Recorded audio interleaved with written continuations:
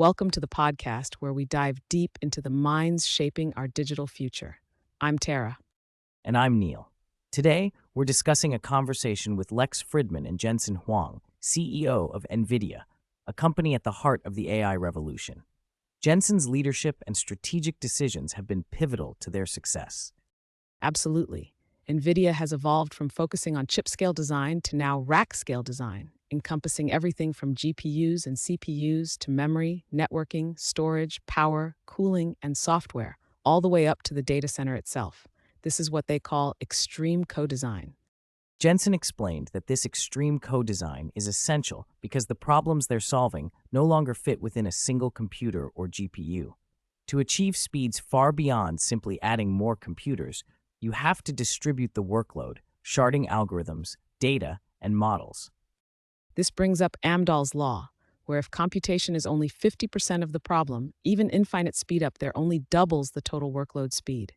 So every component, CPU, GPU, networking, switching, workload distribution, becomes a complex computer science challenge.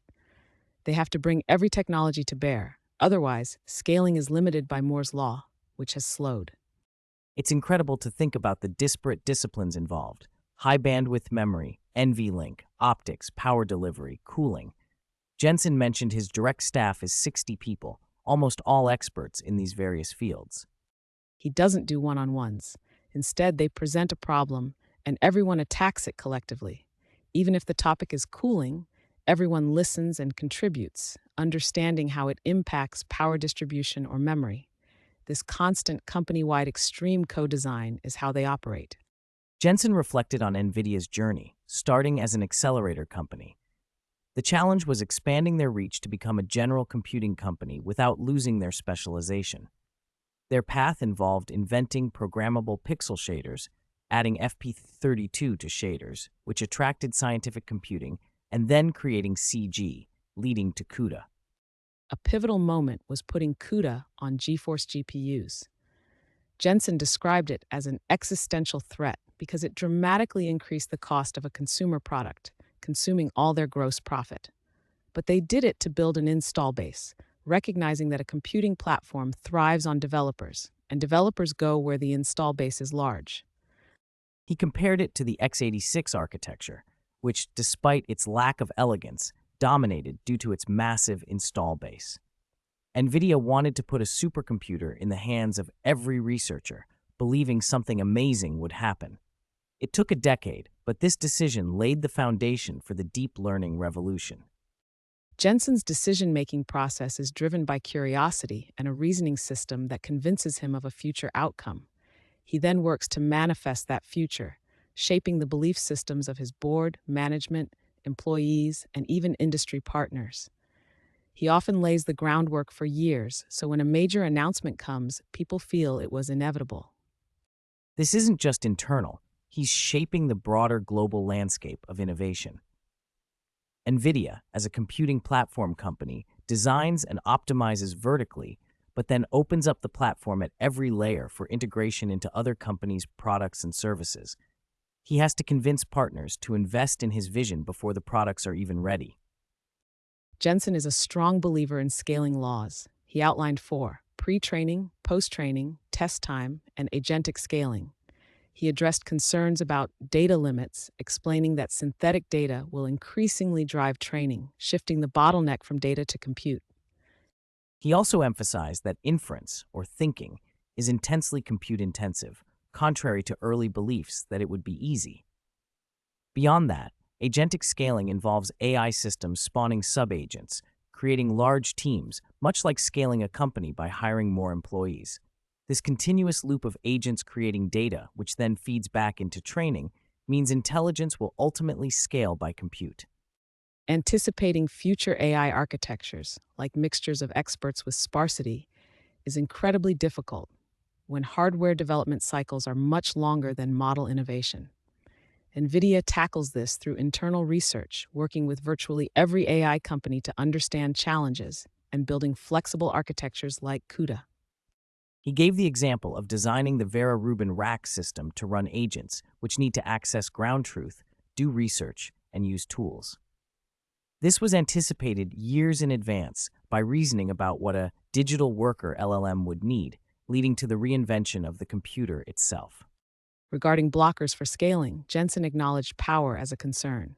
Their solution is extreme co-design to improve tokens per second per watt by orders of magnitude annually. He also highlighted the need to utilize the power grid's excess capacity, which often sits idle. He suggests contractual agreements and data center designs that gracefully degrade performance during peak societal demand, rather than demanding 100% uptime. This would allow data centers to use available power more efficiently and reduce pressure on the grid. Jensen also discussed Elon Musk's approach to building the Colossus supercomputer, noting his deep systems thinking, ability to question everything, and presence at the point of action. This minimalist, urgent approach overcomes traditional excuses and inefficiencies. NVIDIA's own philosophy, speed of light, pushes engineers to consider the physical limits of everything: memory, math, power, cost, from first principles, rather than just continuous improvement. This allows them to understand fundamental trade-offs and achieve necessary complexity while striving for maximum simplicity. Shifting gears, Jensen spoke about China's success in technology. He attributed it to their large pool of AI researchers, a tech industry that emerged during the mobile cloud era, intense internal competition among provinces, and a culture of sharing knowledge, often through open source. NVIDIA actively contributes to open-source AI, like Nemotron 3. Jensen explained this is part of their co-design strategy, helping them understand model evolution. It also diffuses AI into every industry and country and ensures that AI development extends beyond language to other modalities like biology and physics. He also praised TSMC, highlighting their miraculous manufacturing system, which orchestrates dynamic demands from hundreds of companies with high throughput and yields. Their culture balances cutting-edge technology with world-class customer service, building an intangible asset: trust. Jensen confirmed the story of being offered the TSMC CEO role by Morris Chang in 2013, which he declined to continue his work at NVIDIA, believing in the company's future impact.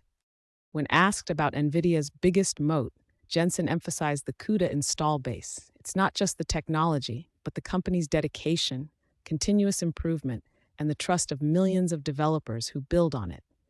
This, combined with NVIDIA's velocity of execution and broad ecosystem across every industry, creates an unparalleled advantage. He sees the future unit of computing as an AI factory, generating valuable tokens that will segment into different price points, much like iPhones. This shift from retrieval-based computing to generative computing, where computers are factories generating revenue, will accelerate global GDP and increase the percentage of GDP spent on computation. Jensen believes AGI, defined as an AI system capable of running a successful technology company worth over $1 billion, is already possible.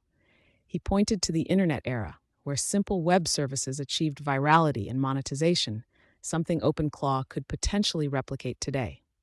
On the topic of jobs, Jensen stressed that the purpose of a job and the tasks and tools used are related but not the same. He cited radiologists, whose numbers grew despite AI achieving superhuman vision, because their purpose is to diagnose disease and help patients. He believes the number of programmers will also increase as coding evolves into specifying and architecting, accessible to 1 billion people. He advises everyone, from college students to carpenters and farmers, to become experts in using AI to elevate their current jobs and innovate their industries. He acknowledges the anxiety about job displacement, but emphasizes that learning to use AI to automate tasks is vital. Jensen shared his method for dealing with pressure and anxiety, breaking problems down, reasoning about them, sharing the burden with his team, and systematic forgetting of setbacks. He focuses on passing knowledge and empowering others, always looking to the next opportunity. He maintains humility by doing much of his work publicly, where mistakes are visible, and by constantly reasoning through problems with his team, allowing them to challenge his steps. This collective path searching fosters an open-minded environment. Looking to the future, Jensen expressed immense hope in human kindness, generosity, and compassion. He's optimistic about solving major problems like disease and pollution, and even envisions future possibilities like traveling at the speed of light by uploading consciousness to AI agents in space. He differentiates between intelligence and humanity, viewing intelligence as a functional commodity, while humanity encompasses character, compassion, and generosity. He believes AI will help us celebrate humans more, making us more powerful. Jensen concluded by emphasizing his commitment to his work, which he sees as a once-in-a-humanity experience. He believes in continuously passing on knowledge and empowering his team, hoping to die on the job, having made a significant impact. What an incredible conversation, full of profound insights into technology, leadership, and the future of humanity. Indeed, Jensen Huang's vision and dedication are truly inspiring. That's all for this episode. Join us next time for more deep dives into the world of technology. Thank you for listening.